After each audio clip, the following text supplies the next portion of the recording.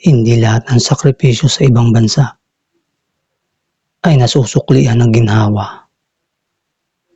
Minsan, kapalit nito ay takot. Sumasabay sa atin ang hindi nakikita, hindi naririnig, pero nararamdaman. Ako si Irene, isang OFW sa Middle East. At ngayon, ikukwento ko ang gabi ng aking pinakakinakatakutang karanasan. Sa isang lumang dormitoryo, kung saan hindi lamang kami ang tao ang naninirahan. Pagkarating ko sa abroad, excited ako. Bagong trabaho, bagong pag-asa. Bilang isang hotel cleaner sa isang malaking syudad sa Middle East. Okay na rin. Hindi madali ang trabaho. Pero kampante ako. Hanggang sa lumipat ako sa dormitoryo para sa mga staff. Lumang-luma ang dorm. Tipong pag tumapak ka sa sahig, maririnig mo ang ik, ik, ik ng kahoy. Maraming palapag. Pero kami lang ng mga kabayan ang nakatira sa ikatlong floor. Yung ibang floor, abandonado na daw. Dahil may problema. Pero hindi na nila sinabi kung ano. Nung unang gabi ko pa lang, may napansin ako. Habang inaayos ko ang mga gamit ko sa kwarto, napansin ko na parang may nakasilip sa pinto. Maputlang kamay. Akala ko, isa sa mga kasamahan ko lang. Pero nang silipin ko, walang tao. Akala ko, pagod lang ako.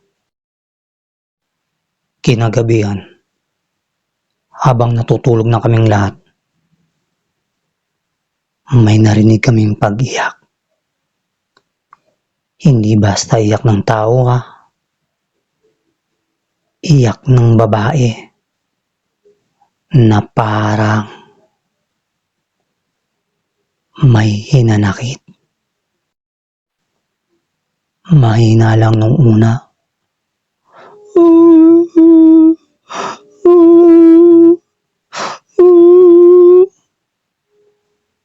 Tapos, habang tumatagal, palakas ng palakas.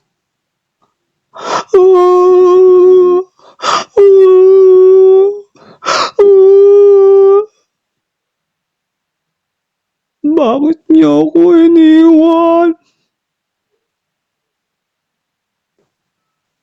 Bigla akong namulat. Lumingon ako sa mga kasama ko. Lahat sila nakabaling ang ulo. Tulog. Pero yung iyak, naririnig ko pa rin. Mas malapit. Mas malapit. Hanggang sa parang nandun na sa gilid ng mata ko. Hindi ko napigilan ang sarili ko. Pumikit na lang ako ng mahigpit at pinagdasal na matapos na ang gabi. Kinabukasan, nagtanong ako sa mga matatagal na roon. Ang sabi nila, dati raw itong lodging house para sa mga trabador na hindi na nakabalik ng Pilipinas. At may isang Pinay na ayon sa kwento, nagpakamatay sa mismong kwarto kung saan ako natutulog ngayon. Hindi ko alam kung bakit. Pero kahit anong dasal ko, gabi-gabi, may naririnig pa rin kami. Minsan, nagkagisingan kami dahil sa mabigat na yabag ng paa sa hallway. Mabagal, isa-isa, parang may nakatapak na bakal na sapatos. Pero pag sinilip mo, walang tao. May isang gabi pa, habang nasa banyo ako, naliligo, biglang namatay ang ilaw. Madilim na madilim. Tapos, may naramdaman akong malamig na kamay sa balikat ko. Hindi ako makasigaw. Hindi ako makagalaw. Bumulong siya sa tenga ko. Isang malalim, basag na boses. Hindi ka makakatakas. Sumigaw ako. Tumakbo palabas ng banyo kahit hindi pa ako nakabihis ng maayos. Kitang-kita ko sa mga kasama ko. Namutla sila. Tinatanong nila ako kung ano ang nangyari. Hindi ko na nasagot. Hindi ko rin alam kung paano ipapaliwanag ang malamig na haplos na hindi ko nakita. Mula noon, gabi-gabi akong ginigising ng bulong. Iyak, yabag. Minsan, pagkagising ko, may gasgas na ako sa braso na hindi ko alam kung saan galing.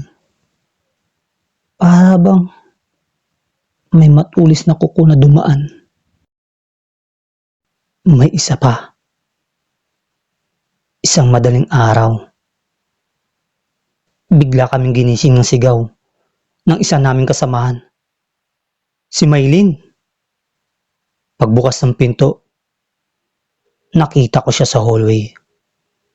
Nanginginig, umiiyak, at hawak ang leeg niya.